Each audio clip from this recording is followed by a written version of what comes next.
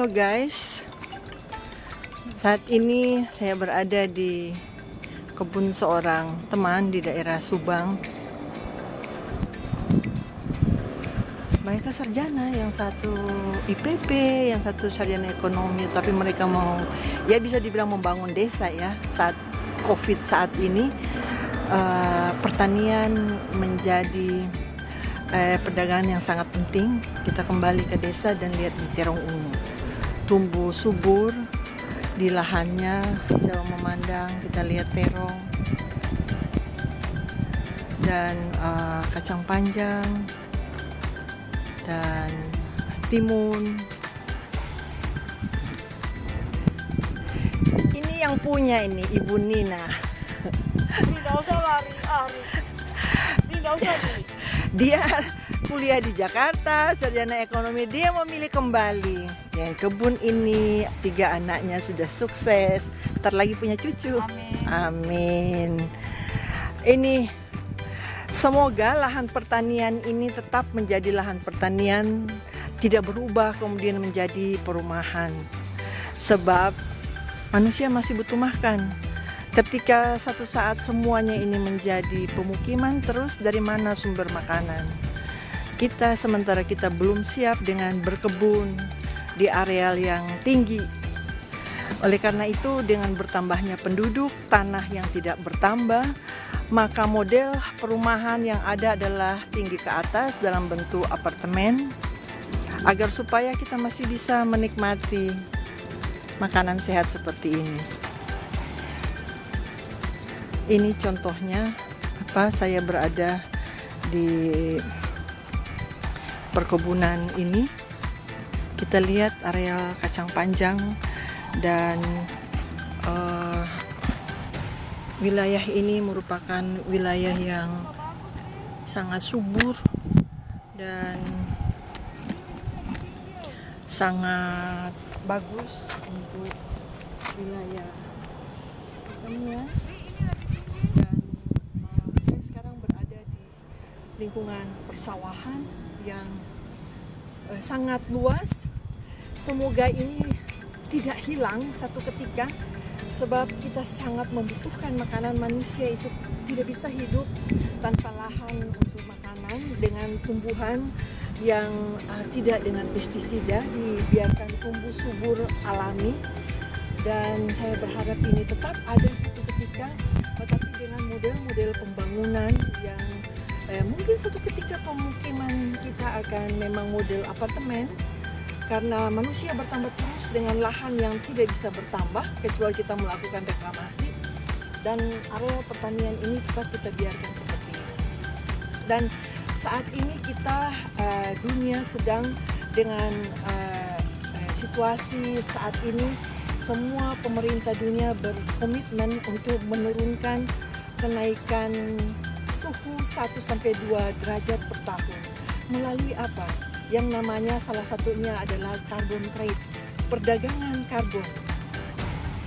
Perdagangan karbon bukan karbon yang kita perdagangkan, tetapi adalah semua negara, ya, termasuk Indonesia yang memiliki lahan hutan yang sangat luas, untuk tetap menjaga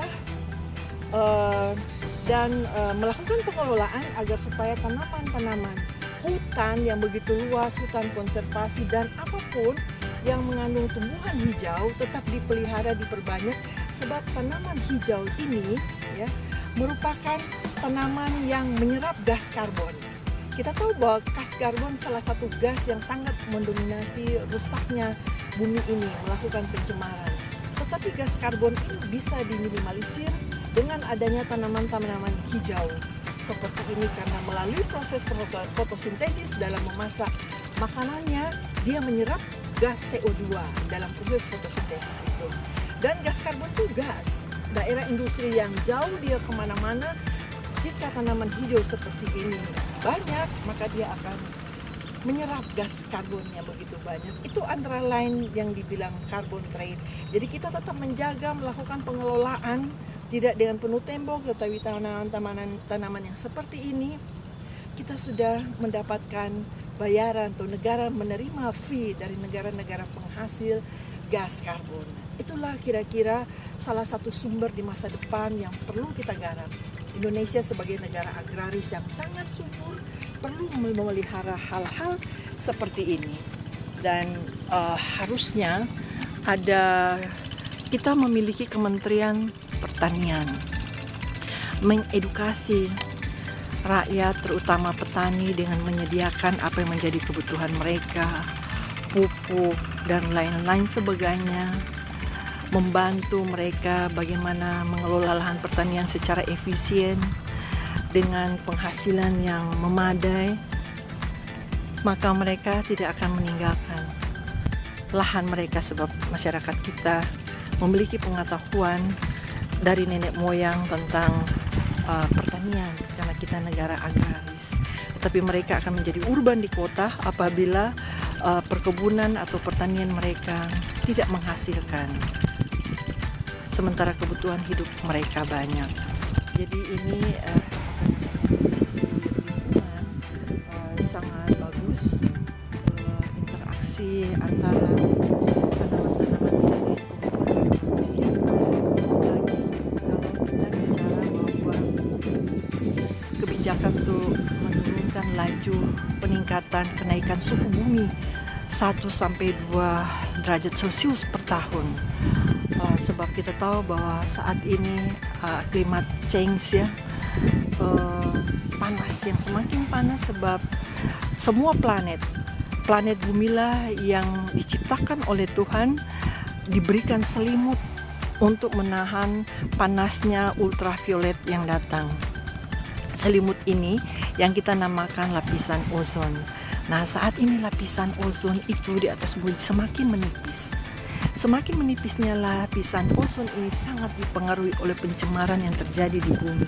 Pencemaran itu antara lain yang dikeluarkan oleh industri-industri kendaraan bermotor berupa gas karbon dioksida. Itulah yang menyebabkan lapisan ozon itu semakin menipis. Itulah yang menyebabkan suhu bumi semakin hari, semakin tahun bertambah. Sehingga kebijakan para pemerintah itu bersepakat untuk menurunkan laju pertambahan peningkatan suhu bumi itu sampai 1-2 derajat Celcius per tahun melalui antara lain perdagangan karbon trade. Bukan karbon itu diperdagangkan, tetapi memelihara hutan, melakukan pengelolaan terhadap tanaman-tanaman hijau daun, karena melalui proses fotosintesis tanaman-tanaman ini menyerap gas karbon dioksida. Demikian guys, sepintas tentang pengetahuan kita tentang lingkungan, sebab manusia hidup dan pada manusia adalah interaksi antara biotik dan abiotik. Biotik tanaman, abiotik adalah air dan tanah, udara dan sebagainya. Manusia tak bisa hidup tanpa mereka. Oleh karena itu, kebijakan kita dengan bertambahnya manusia di bumi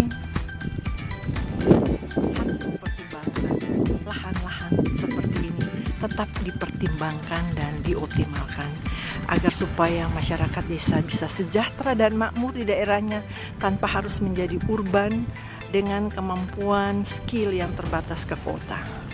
Demikian guys, siang hari ini dari Desa Wantilan, Kabupaten Subang, Jawa Barat. Saya berada di tengah-tengah perkebunan dari seorang teman yang awalnya mereka bekerja di Jakarta, kemudian mereka memilih untuk melakukan perkebunan. Lihat hasil terongnya yang sangat bagus. Sayangnya di pasar Jakarta saat ini per kilo 12-15 ribu, tetapi dibeli di sini jauh dari itu. Ya, oleh karena itu memang perlu campur tangan pemerintah untuk mensejahterakan mereka. Sebab kos yang sampai di tangan pembeli jauh dari pengeluaran yang dikeluarkan oleh ibu petani kita.